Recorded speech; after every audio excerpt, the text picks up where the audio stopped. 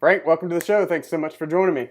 Hello, Jonathan. How you doing? Doing good. My friend, we've known each other for a very long time. We've gone through a few rides together, so thank you for coming to the show. I want to take a moment and give you a chance to tell everybody a little bit about your background, and then I'd love to talk about what you're doing with Street Jelly. All right, my pleasure. So my name's Frank Podlaha, and I am the owner and founder of StreetJelly Media. I have a background in software development. I am your typical Uber geek, and I've been building software systems for 20 plus years. So about I don't know well actually I've been part of a number of startups in the .com days, and I had the luxury of being part of a successful .com from that era, and basically I learned a few people did all the work, and a couple millionaires became millions of dollars richer. So after that, I decided, well, the next time around, I want a bigger piece of the pie. I want to be that guy. I went into my own consulting business and started consulting on my own, and started with creating .com startups. Yeah, and you've been doing the consulting side for as long as I've known you. We met through Entrepreneurs in Knoxville. I guess we should give them, Leo and that group, a nod. But you've been doing the consulting as long as I've known you. What's the total time now? So I've been doing actually consulting on and off. A lot of it in my IT career, I've been either a consultant through a staffing agency, or I've been placed at places as an employee. So I've actually been going on and off a little bit, almost 20 years. But I went out totally on my own back in 2007 when I lived in Florida, and I moved back to Tennessee. I was in Tennessee since year 2000. I moved back up to Tennessee in 2008 to the Knoxville area when we met. Right. And I continued doing the consulting that way. As a matter of fact, the whole consulting business started off as a startup of something very technical. It was really a data analytics SaaS subscription software. And this is the first lesson in startups. So I thought it was a great idea, and turns out nobody else did.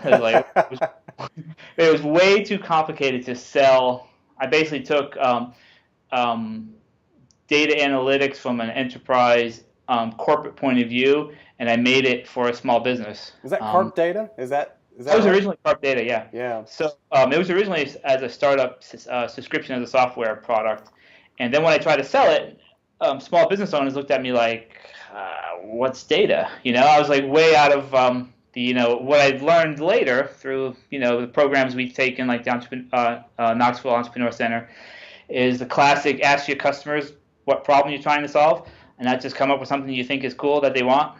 So it turns out I didn't sell that product, that .com, but I was able to grow my consulting business. Literally because people were like, well, Frank, you built something. I don't know what the hell you built, but clearly you must be able to help us on something else. Absolutely. That led me to building my consulting business. Do you feel like you were maybe just a little bit ahead of the curve? Because obviously BI, business intelligence, and analytics is huge right now. Do you feel like it's the curse of maybe being ahead of the curve? Well, yeah. Speaking of being ahead of the curve, yeah, it is, because you, as an entrepreneur, you hope you dream up things that are ahead of the curve. But the key is trying to pull it off, And my product that I build now is kind of rolled into many things like Salesforce and Dynamics and all these online tools that are made to make you analyze and know your data better. But back then, the software as a subscription was still new, and I went to a market where they didn't see the value. I thought I can create them value, but they didn't see the value. And it turns out they didn't even have the data. It was an eye-opener for me, coming from a corporate background where everybody has data, right, as you can imagine. But when you go to a small business, they literally have things in spreadsheets, and Post-it notes. I was like, wow. Why would you do that? So that was my first, jump into small business and learning the ropes from the inside out, so to speak. Absolutely, yeah. And so I'm going to take a little bit of that thread away, and so you just gave folks really a great takeaway, the idea of validating the idea with your customers and those type of things. And we hear that a lot. I'll take a little bit of those comments and shift gears for just a second and talk about what we did together. So I feel like we were ahead of the curve with the startup we did together. For those who don't know, Frank was my partner in Go Grab Lunch. He was saw into the vision to a degree and agreed to work on it. And we built a business-to-business networking site that before its days were through had members in 45 countries. And even today, I don't know if you've seen it, Frank, but there are people who are building similar models because they see the value in networking. So we did that in 2010. So there we are again, way ahead of the curve. Mm-hmm. And the cost in educating the market on why it makes sense. And of course, now it makes perfect sense to everybody. Yeah, and I guess that's part of maybe the allure of being an entrepreneur is coming up with these things, but at the same time, there's nothing wrong with taking an idea out there and kind of just going with it also. Yep. And build upon what's already accepted. I mean, that's always the choice of an engineer. There's nothing wrong with going that way too. No, absolutely, and it was a good run. So publicly, for everyone to hear, I just want to thank you for being part of Go Grab Lunch. It was I learned a lot. I could have done a lot of things better as a founder, but I think we did a pretty good job. All things given. Yep. Love to see it still around, but on to bigger and better things. So we'll use that as a transition. Let's talk about StreetJelly. I love this idea. I think you were, again, ahead of the curve, ahead of the Periscopes and the Meerkats, because I think it's not the same, don't get me wrong, but the idea of live streaming. We can get into all that because it's an evolving thing. StreetJelly is an evolving thing. So why don't you tell everybody about the original idea behind StreetJelly and where the name comes from, because I think it's a great story. So the original idea of StreetJelly is, it's actually, from my point of view, is the real part of the story is I suck at Googling, and I couldn't find anything I liked on Google. I was literally one day thinking, there's got to be live music on live streaming somewhere on the internet. And I like live music, but I work in the office complex. I go from the suburbs to the office buildings and back and forth, and I don't get live music. Of course, I'm also not the type to hang out in bars and that kind of stuff either. Right. So I surely figured, it was 2011-ish, I'm like, there's got to be stuff on the internet, and I couldn't find anything. So crazy me, it's like, well, I guess I'll build it. Yeah. And I built it, so I'm thinking about it, and the idea actually boiled in my head or simmered in my head for about 6 months until I finally put all the pieces together, and I just decided, well, hey, I'll just see if I can build a product online where I can watch live music. But then I'm thinking, well, how do I make money from it? And then somewhere along the line, I remember the days when I did live in the city and I used to see street musicians most often. Yep. And then I thought, well, there you go. Let's see if we can get street musicians to perform live on the internet, and they actually perform to make money, just like a street musician. You walk by, you throw them a couple bucks. So how can we turn that into, Webify it kind of thing? And that was the original concept of StreetJelly. It was geared towards street musicians to, instead of sitting outside in the cold, play from home, and people would stumble by and tip them real money that we would then send to the musician wherever they are. It turns out it's all possible. It's all doable. We call that online busking. So The term busking is it's a music word. It means basically playing for money in the streets. And a street musician is also called a busker. So we started the site, and we launched it in August of 2012. And at the time, after I got better at Googling, I guess, I found other sites that were doing something similar. But there was really only one direct competitor at the time. That's a company called Stage It. And I don't mind mentioning them because I think they're nice. They're very respectable, cool people. I've met some acquaintances of them over the years. Their take is very similar in what the technology is doing, but their product is actually buying a virtual ticket into a show. Okay. You have to pay to get into a show. And we are this street musician. The tip model. And that's where StreetJelly comes from, because the name Street, obviously, for street musician, and Jelly because of, part of the story is when you're starting your any business, you start looking for a .com name that works, and turns out every dang word in the English language, it's taken. In English language is already taken. Yeah. Remember when you Go Grab Lunch? Yep. We're like, just try Go O in front of any two-letter combinations, you'll probably find a .com. Still, three words are still okay. But I was searching around for a street musician, any combination, and I came across StreetJelly, right, because jamming for music. And it was available. I was like, holy shit. So I bought it right away. So, No, you're good. Keep going. You're great. No worries.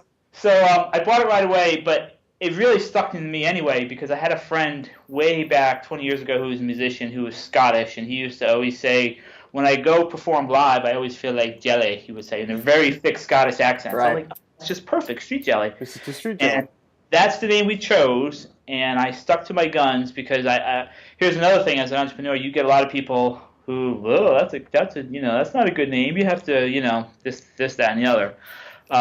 So far, we stuck with the name, and we always get compliments on it.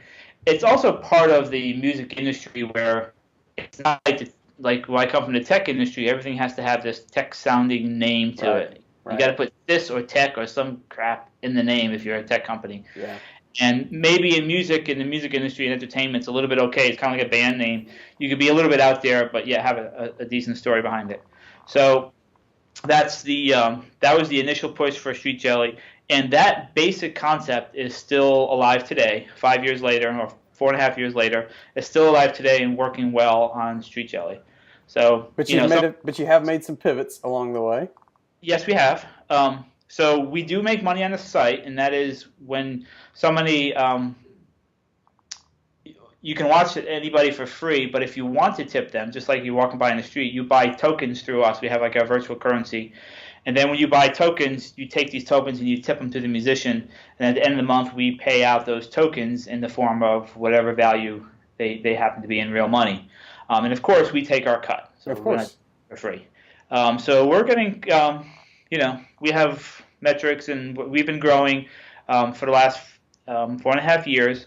But the tricky part is, and we can get into this topic whenever we get to it, is the linear approach is when do we hit that hockey stick? Yeah. Kind of. So we have been on a linear growth path ever since. We have great numbers now. We're up to for 3,500 musicians who perform on the site, 50 to 60,000 regular visitors, 4.5 to over 4.5 million hits to the site. Those kind of things. Yeah, that's great. The beginning numbers are, you think it's great when you hit like 100 people. You're like, yay, but they keep growing. Sticking it out always helps. So what do you think it would take to hit the hockey stick on that piece of it? Or can it, and maybe that's why you're going to pivot in a different direction? That's the tricky part, because, some of the things that we've learned over time is it's a social site. And one of the things that we didn't anticipate is a musician wants to perform, and we give them all the tools to promote themselves in social media, and whenever they perform, it gets blasted out to the usual places. And except the average musician hasn't really been bringing back, or the average customer, because we have customers, we have viewers, and we have musicians, and they're all different types of customers for us. So we have that multiple archetypes working. But while they do go out and bring some of their friends, it never really translates into one person bringing a dozen friends, and then them bringing a dozen friends, and then it goes viral. Oh my God! It's not exponential for some reason. It just doesn't happen. And I kind of question how much that really happens for any consumer site. Sure. Yes, we can talk great or bad about any product we buy, and I can bring a few friends to the site. And even StreetJelly is a very community-based site, which is a kind of a thing we were surprised with. It's very much an emotional connection that people make with musicians. We have absolute diehard StreetJelly people on the site. They love it. They support us. Over the years, we've created a StreetJelly store. They buy T-shirts from us. They go nuts for hats, stickers, you name it. Anything StreetJelly, they love. And it's very gratifying, and they promote for us. They're out there. I have a whole cadre of people who right now will just go out in the street and just hand out flyers for me. That's awesome. And as remember the term mavens in the late but when we first met, it was like all the marketing people talk about mavens. Mavens. It's like yeah. creating mavens in this world, because in software, in corporate software where I came from, nobody gives a rat's butt about corporate software. I mean, who cares? Right. But in this, we have these mavens, and they're wonderful, and they can bring a dozen people to the site, or maybe even more, some of the better ones. But you still haven't hit that tipping point, or another buzzword of how do you get that and turn it into the big hockey stick growth on your thing. And to tell the truth, it's still a bit of a mystery. Not sure. Other than you have to keep. I don't. The word pivot. I use the word pivot lately, and I don't, because pivot is kind of has its own meaning behind it. Because in our entrepreneur world, or in these investor settings and all that kind of stuff, sometimes the pivot is like people use it. They completely hose their. They're going nowhere, and they have to change. And I don't feel like StreetJelly we're pivoting in any sense, because we're still. We already know and what we learned about our market and so on. One of the things that we have now are working on too is leaning more towards business services for StreetJelly. Okay. So as we've grown and as we've met more musicians, and we're trying to move up the food chain, because we're always in that sense where a lot of our musicians are amateur or semi-professional or former professional music people. We're always just one, Lady Gaga away from having 1 million people on our site. Sure. But that's never really transposed. So we're trying to make sure we can at least get to some of those people. So we've come across music labels and venues over the years, and we've been catering some of our new features to them. So is that a pivot? Well, in the sense that, my definition of a pivot, if you take your current product and you kind of switch it to a different market, yeah, that's kind of a pivot. But sometimes is a new feature or a new product just a new product. Yeah, what you're doing is really adding on revenue streams, really. And well, that's the other thing. We're adding on revenue streams because we're doing fine with the current revenue streams. We do make enough money to pay for itself. So we're cash flow. We've always been cash flow positive for operations. So it makes enough to pay for everything. And anything that's left over, we reinvest into new things. But adding a new revenue stream is, to me, adding a new revenue stream is not necessarily a pivot. Sure.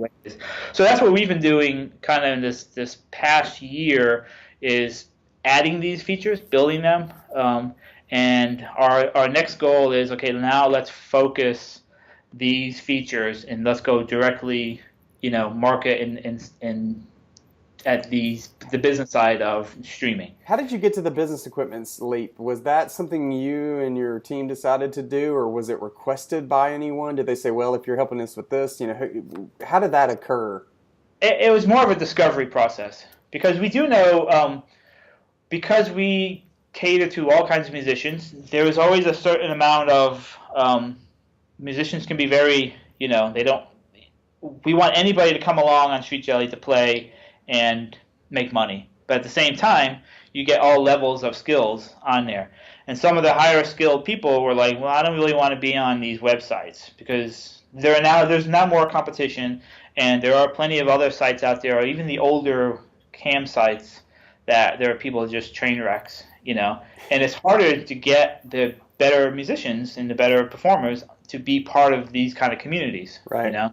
So, it's almost like damned if we do, damned if we don't. It's kind of like we've built something great, but then now are we kind of blocking other markets kind of thing. So we discovered that, so that's why we kind of wanted to go out and make a feature or make services that they feel is just for them, and they, they feel like they're not part of that group. So one of the things we added was different levels of musicians. So when you start off the free level, you have a certain amount of features, and as you move up to the pro or the premium level, you get a completely different set of features, which we won't really want to offer to the other ones. Just almost kind of to separate it. And from a business point of view, and I'll get to Facebook Live in a second because this is leading that way. Sure. But as you can imagine, with a venue, the venue owners, the local bar, whatever, they are always worried about ticket sales. So they're like, I don't want to stream live because people aren't going to come and I'm going to lose ticket sales, or I'm going to lose beer sales from the bar. And so we ended up making a feature like a local blackout. So that just like the sports events where if they don't sell at the stadium, you can't go watch the football game on TV. Yeah. So we incorporated that feature for our premium Very broadcast. cool. And it's a funny thing because it's something that we know behind the scenes that streaming live doesn't affect their ticket sales because it's a totally different product. Yeah, People, absolutely. They weren't going to come anyways, probably. Right. If anything, it's good advertising because people are going to see the fun that other people have, and then maybe the next week they're going to come down anyway. Absolutely. But that goes back to one of the things we learned over the years is that we don't really want to spend too much money trying to educate our customers. If they want it, let's just build it. So we did, and they love it. The next thing that we've learned this year, Periscope has been around for two or 3 years now, a mere cat, and of course Facebook Live came out this last year, and it's good and it's bad because it's good because now live streaming is much more ubiquitous to the average person. The bad side is leave the Facebook to crapify anything on the internet because Sure. There's just so many people with their phones and they're literally going like this. Yeah, tons of content coming out, tons of noise, and most of it's not good. Well, that's all cool, and it's that part is competition for us because now people are like, well, I want to, stream it and it's on Facebook, and the numbers on Facebook are fake. If you scroll slow enough in Facebook, they count it as a view. So and they force it at everybody's stream, so you can stream and you think you're getting a lot of views, but in reality, it's meaningless kind of views, and certainly you're not making money from their streams. But what we've learned from the venues and from the businesses is that they hate that degraded type of quality of just anybody going like this with their phone, and they want to put on something much more professional looking and come look at us and how can we broadcast something better. So what we've been doing, again, our new revenue streams is going even another step beyond our premium service online and going into custom services and setting up full quality HD streaming multi-cameras for a stage and then give them the built out ability to stream that. Okay. So yet again, that's been 5 years since we really started coding, from being a street musician online to now having, one of the next features that is coming out, and it's not really a secret, is a kind of a white labeled approach to an app where a dedicated music business can stream super, high quality HD multi-camera audio, feature through the live streaming and have that all behind the scenes run on the StreetJelly platform. So, again, it's an evolution, and you got to stay ahead of the game because otherwise we sit back and people ask us, well, why would I do your site instead of versus Facebook? Live or Periscope? So it sounds like you guys have done a really good job listening to your audience. Just curious, as we start to wrap up a little bit, what's been the hardest part of the StreetJelly journey? How do I say this politely? People. People, sure. People. Yeah. No, really, because we are in a consumer space, and are they fickle? I mean, what's the issue? Put it out there. Well, it's a community space, and people get very passionate about. There you go.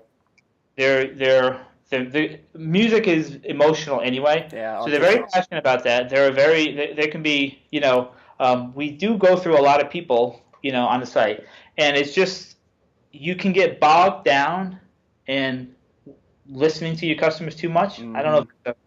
Sure.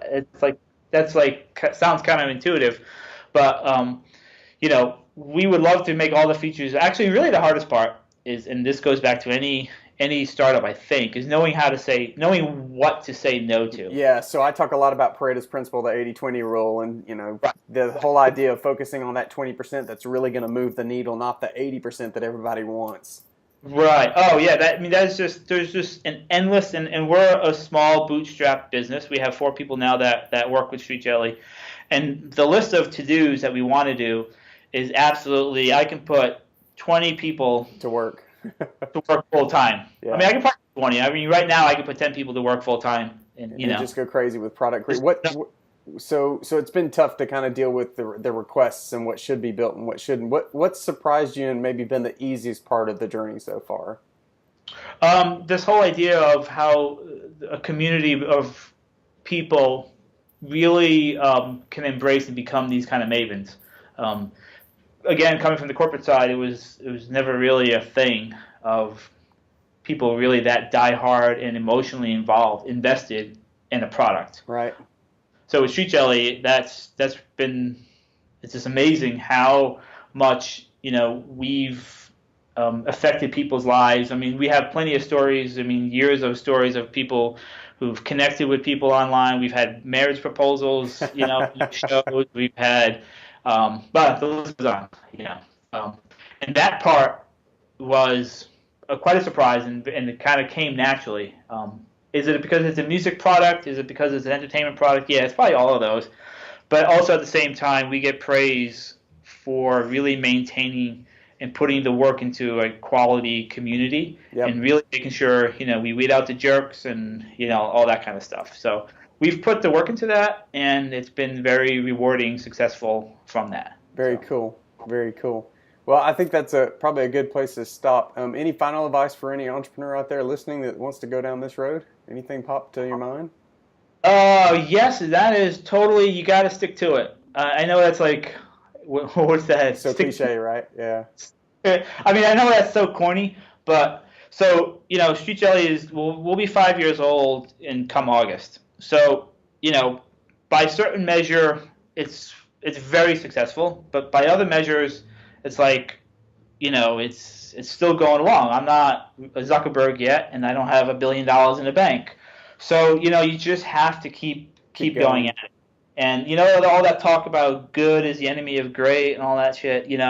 Okay, maybe it's true. Maybe when you're good, it's hard to get past to great. But you just have to keep doing it. You just have to keep trying it. Just showing up and being consistent. Yeah. Yeah. It's so interesting you talk about that, my friend, because that's something I've just been thinking about recently. I mean, there's always the what ifs, right? I mean, we had some struggles with Go Garb Lunch, but we did some good things too. And I've always had that, well, what if I had just decided to, because I'll just put it out there. I frankly remember calling you saying, I think I'm done. So I'm almost sure I'm the one that said that let's finish. And I was probably sitting there like, I'm done. Is he going to say we're done? Yeah, yeah. But I do look back and think, gosh, if we'd have just stuck with it, what could it have been? But there's always those what ifs. So I think that's really good advice for people to just stick with it. Go back to why you're doing it in the first place. And it sounds like you're doing it to help the artists, and that pulls you through. Right. And let me tell you, I've had plenty of times. It's like, well, what am I doing here? Well, Yeah.